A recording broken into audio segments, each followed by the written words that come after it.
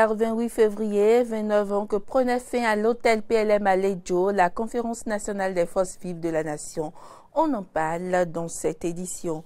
Ce 28 février est le dernier, c'était donc hier, le 28 février dernier, délai fixé par le ministère de l'Enseignement supérieur et de la Recherche scientifique pour les inscriptions des étudiants à l'université d'Abomey-Calavi. Vous suivrez dans cette édition le constat de l'affluence qui a régné le dernier jour des inscriptions.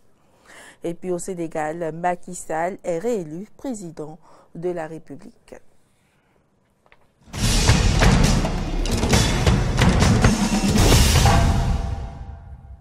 Mesdames, Messieurs, bonjour et merci de prendre ce rendez-vous de l'actualité sur Eden Télévision. 28 février 1990, 28 février 2019, 29 ans que prenait fin à l'hôtel PLM à Ledjo, la Conférence nationale des forces vives de la nation. Les Béninois s'en souviennent. Carole Olaye a interviewé quelques citoyens qui se prononcent. La conférence nationale a été au fait un pacte scellé entre l'armée béninoise, que le président Kérékou incarnait, l'église qui portait la voix du peuple, et enfin la classe politique. Elle a été le fruit d'un consensus, c'est-à-dire les gens ils ont transcendé leur ego et ils ont pu accoucher d'une constitution qui, dans sa trame, garantit les droits fondamentaux. Et moi, je n'ai qu'un seul repère, la liberté. La liberté d'expression, la liberté de penser. Et, vous voyez, dans l'acte constitutif de l'UNESCO, il est dit la guerre prenant naissance dans l'esprit des hommes, c'est dans l'esprit des hommes que devraient être élevés les moyens de défense de la paix. Et je ne suis pas sûr que de nos jours, nous ayons pérennisé les acquis de cette conférence. C'est une date historique qui devrait permettre à chaque Béninois dans son coin et à toute la nation de se remémorer les faits qui nous ont conduits à cet événement. Des faits qui ont secoué la nation dans son tréfonds, des faits qui ont ébranlé toutes les familles parce qu'il y avait des situations extrêmement difficiles au plan social et politique. Ce jour, nous avons vaincu la fatalité, comme l'a dit le professeur Albert Thévoïdjere. Je crois qu'aujourd'hui, doit être chaque commémoration, une union de prière pour que la nation ne vive plus jamais les moments qu'on a connus avant cette date historique. Et à l'époque, j'étais encore élève. Et j'étais avec un enseignant et parfois c'est difficilement qu'on mangeait à la maison. Et ensuite, lors de la conférence, on a suivi le débat à la radio. Et ça a été houleux, mais Dieu merci. Au finish, ça s'est bien passé. Oui, je pense que pour pérenniser cette démocratie, il faut le respect des tests. Des tests que nous-mêmes, on s'est donnés. Il faut qu'on les respecte. Quelques mois auparavant, j'étais en stage au Cameroun. Quand on dit que vous êtes béninois, vraiment, tout le monde on parlait mal du pays. On parlait mal du pays à l'extérieur. Mais après la conférence, l'espoir est revenu parce que pratiquement, c'était une impasse. Bon, Dieu merci. On s'en est sorti avec les différents gouvernements qui se sont succédés. Tant bien que mal, ils ont essayé de travailler pour le pays. Mais on n'est pas encore sorti de l'auberge. Parce que on n'a pas encore le goût du travail. La facilité, tout le monde, c'est ancré dans notre culture. Les cadres qui sont au poste de gestion n'ont pas la culture du contrôle. Lorsque vous parlez de contrôle à quelqu'un, dit ah, il veut me foutre en prison. Il faut bien gérer le pays. Les acquis demeurent selon les Béninois rencontrés à Porto-Novo, mais ils trouvent qu'il y a aussi un effort à faire pour une démocratie décente. Kamen Toudonou et Xavier Ouanvoegbe ne manquent pas de lancer un appel aux acteurs politiques. Suivons ensemble, ils sont au micro de Amen Didier Mpenouji et Romaric Devouchi.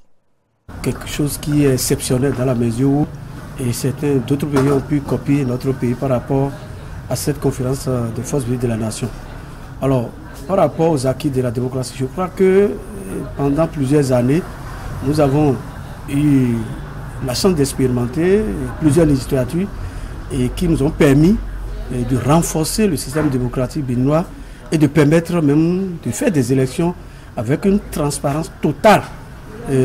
Aujourd'hui, nous pouvons nous vanter de dire que la démocratie béninoise se porte très bien et que les Béninois peuvent se réjouir de ça. La démocratie béninoise, elle se porte bien jusqu'en 2016, je crois bien, jusqu'en 2016, avant qu'on ne rentre dans une situation où nous ne savons pas encore là où nous irons. Vous conviendrez avec moi que depuis 2016, les lois qui sont votées au Bénin ne sont plus de nature à créditer notre démocratie. Je crois que nous sommes en train d'assister progressivement vers une situation où, si nous ne faisons pas attention, le premier que nous étions, nous risquons de devenir dernier au niveau de la démocratie en Afrique. Mais on peut se réjouir de tout le chemin parcouru par le Bénin. Je me rappelle un peu de cette ferveur, de tous ces espoirs qui ont été placés en ces assises-là. Et toute la crainte aussi, toute la frayeur que tout le peuple béninois ressentait quant à l'issue qui pourrait être celle de cette conférence nationale. Et aujourd'hui, on peut vraiment se réjouir pour le chemin parcouru. On peut dire déjà que du point de vue de la tradition démocratique, le Bénin est en train d'inscrire son nom en lettres d'or parmi les nations qui possèdent cette tradition-là. Je veux parler de la régularité de l'organisation des scrutins, l'alternance au pouvoir, ainsi de suite, toute cette panoplie de réalités qui font qu'on peut dire qu'un pays possède une tradition démocratique. C'est vrai que vous me direz que les nations qui sont déjà en avance par rapport au Bénin, qui ont cette culture démocratique depuis des siècles, sont toujours en train de la construire. Et donc, dans notre cas, c'est vrai que c'est toujours un processus, mais on peut se réjouir quand même de tout ce qui a été fait jusque-là. S'il y a un appel à lancer aux acteurs politiques béninois, c'est de leur dire que la roue tourne et que ce n'est pas l'argent qu'ils auraient accumulé, les matériels qu'ils auraient accumulés dans leur vie qui vont faire d'eux des hommes, des Béninois dignes du nom, mais c'est la manière dont ils se sont comportés vis-à-vis des peuples béninois, c'est la manière dont ils ont marqué l'esprit des Béninois à travers des actes démocratiques, à travers des actes qui honorent le Bénin. C'est cela que nous, les gens, vont retrouver après. Voter des lois liberticides et en pensant qu'ils sont en train de tromper les Béninois, ça va tôt ou tard les rattraper. Évidemment, le message, c'est de souhaiter que tous les acquis démocratiques soient maintenus, qu'ils soient consolidés et que donc toutes les actions que les politiciens béninois auraient à poser aillent dans le sens du renforcement de la démocratie au Bénin. L'autre chose que je dirais, c'est de pouvoir faire en sorte que, évidemment, cette démocratie-là s'accompagne quand même d'un mieux-être pour les populations, pour que, évidemment, le développement accompagne la démocratie. Les inscriptions des étudiants à l'université d'Abomey-Calavi étaient censées prendre fin ce 28 février 2019, mais la bonne nouvelle, c'est que les autorités rectorales ont prorogé les inscriptions. Une équipe de la rédaction de votre télévision est allée faire le constat des opérations de délivrance des cartes d'étudiants et l'ambiance qui règne au lieu d'inscription sur le campus d'Abomey-Calavi. C'est un reportage de Aristide Setti. On se croyait à un meeting politique dans l'une des villes du Bénin. Erreur. Nous sommes bel et bien à l'université d'Abomey-Calavi. Des milliers d'étudiants sont rattrapés par le délai fixé par le ministre de l'Enseignement supérieur et de la Recherche scientifique pour la validation des inscriptions. Ce 28 février 2019, date butoir des inscriptions et réinscriptions, un long fil d'attente s'observe et s'étend de la devanture du bâtiment Ilassi jusqu'à la salle informatique où se déroulent les dernières opérations de la carte d'étudiants.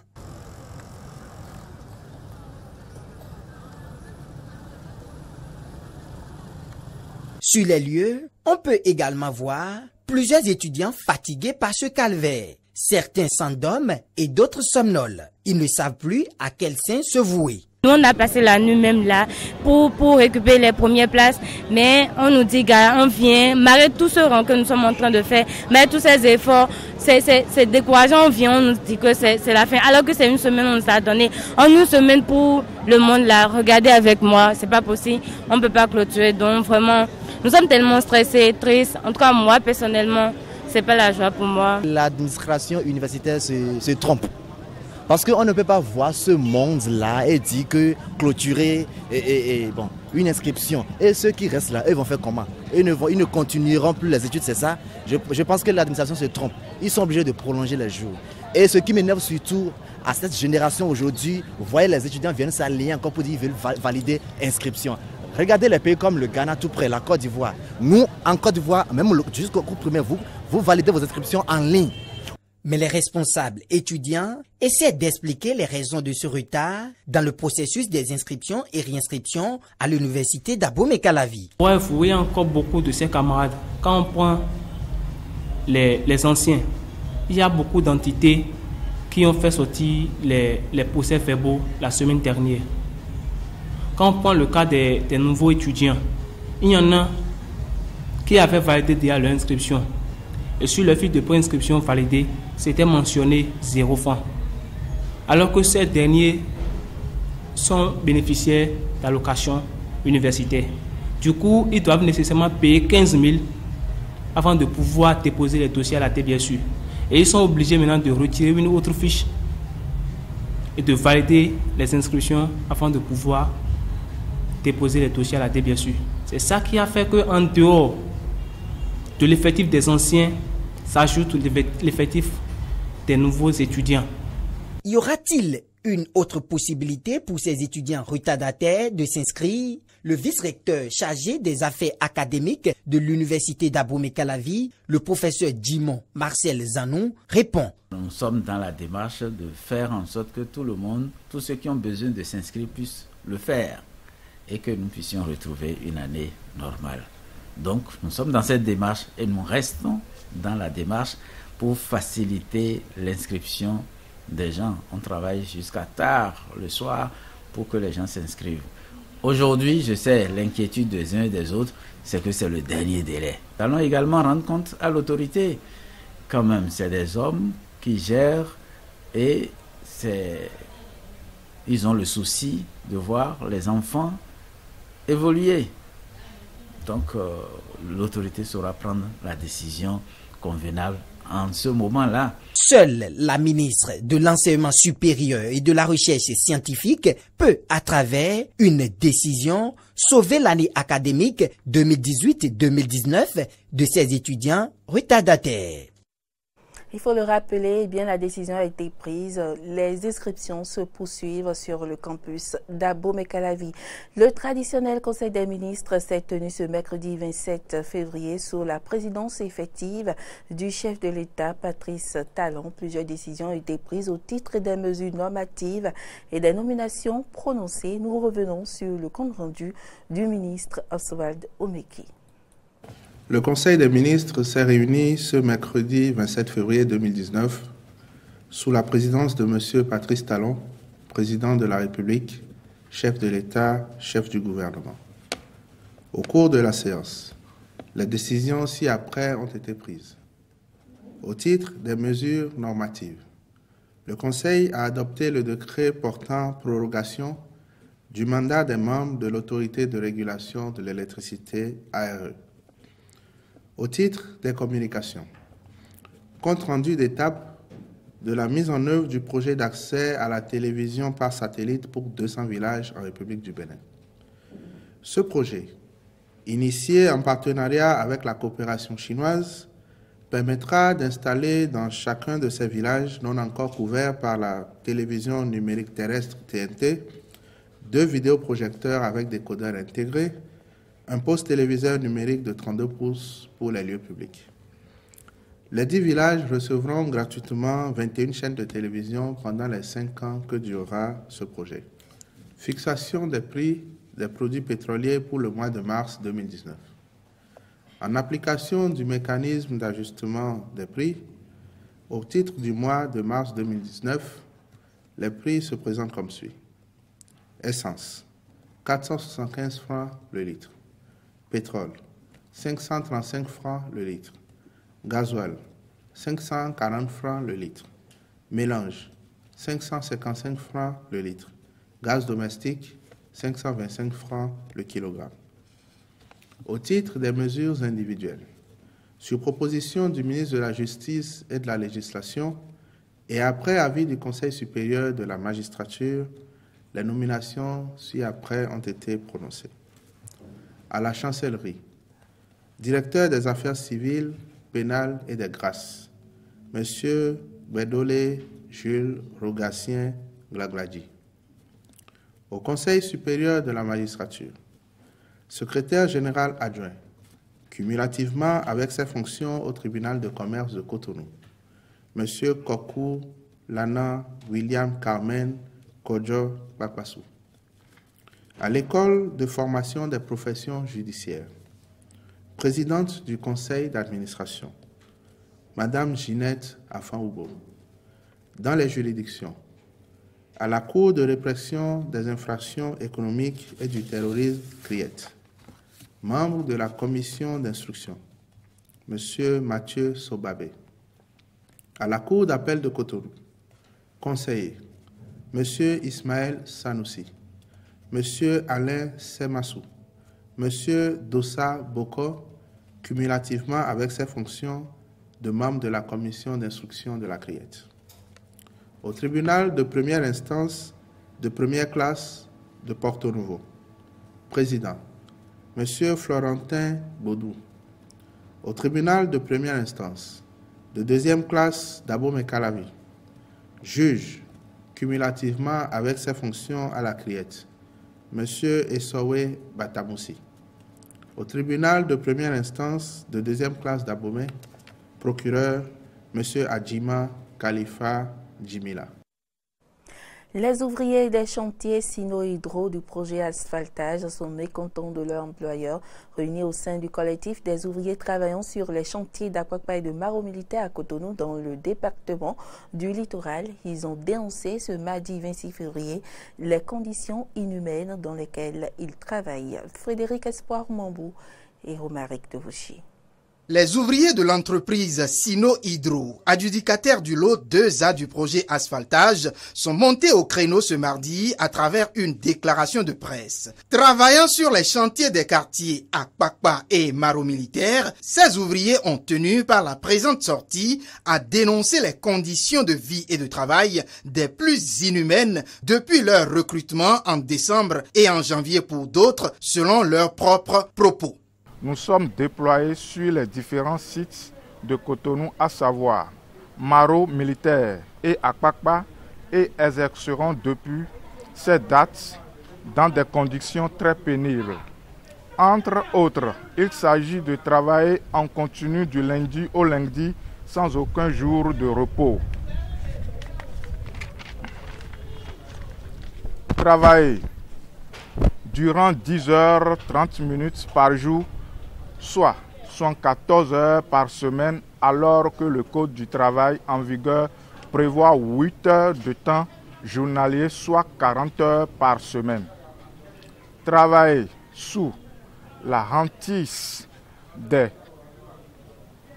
contremaîtres chinois, notamment le sieur Joffan, qui exerce des châtiments corporels, voire des bastonnades à coups de coupe-coupe et de bois sur certains parmi nous. Travailler sans aucune sécurité sanitaire et sans aucune condition d'hygiène sur les différents sites. Quant aux conditions salariales, Chers amis de la presse, elles sont des plus misérables. Très engagés à participer malgré tout à la construction de leur pays, à travers ce travail, ils exigent. Face à ces conditions de vie et de travail pénibles, nous, ouvriers béninois du collectif des ouvriers de l'entreprise Sino Hydro, exigeons le départ sans condition du contre-maître Diofan de tous les sites du projet asphaltage, le relèvement de l'indice salarial aux normes et réglementations en vigueur en République du Bénin, le paiement de nos heures supplémentaires qui est de 35 heures par semaine. Exigeons des jours de repos par quinzaine ou par semaine. Exigeons des conditions sociales sur les différents sites du projet asphaltal. Exigeons des points d'excellence sur chaque site. Exigeons une prise en charge sanitaire pour les cas d'accident de travail ou de malaise sur le chantier. En cas de la non-satisfaction des différents points ci-dessus énumérés, nous tenons responsable la hiérarchie de l'entreprise Sino Hydro des déconvenus. Voilà qui vient une fois de plus lever un coin de voile sur les conditions de vie et de travail auxquelles sont souvent soumises des Béninois et qui appellent les autorités compétentes du pays à une vérification du respect des lois en la matière.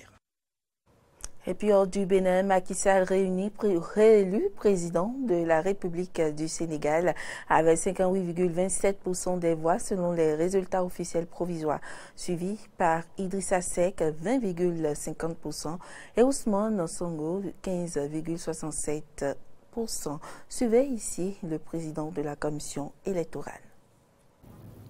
Macky Sall, 2 554 605, soit 58,27%.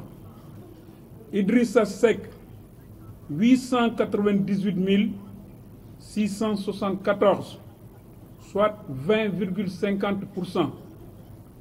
Ousmane Sonko, 687 065, soit 15,67%. Madické Niang, 65 002, soit 1,48%. El Hadji Sall, 178 533, 178 533, soit 4,07%. Et je signale que le taux de participation est de 66,23%. Les partisans du président sénégalais nouvellement réélu Macky Sall célèbrent et réagissent après la victoire de leur candidat au premier tour de l'élection. Les candidats de l'opposition ont déclaré qu'ils rejetaient le résultat mais qu'ils ne contesteraient pas. On est fiers aujourd'hui, très fiers de notre prestation, mais aussi très fiers de cette victoire qui, près de 2 544 000 voix, montre encore une fois que le président est aimé par son peuple et nous allons continuer avec lui les 5 ans pour pouvoir développer le Sénégal, passer à l'action et ne pas parler beaucoup, pousser les gens au travail, chercher du travail pour les jeunes, aider les femmes, assister les personnes âgées et continuer sur la couverture maladie universelle. Ce que je demande à l'opposition, c'est d'accepter la voix des urnes. Les urnes ont parlé et le peuple sénégalais a redonné confiance au président Macky Sall. Donc acceptons et allons travailler main dans la main pour avoir un Sénégal émergent. Et ce sera tout pour cette édition. Merci pour l'attention et à très bientôt.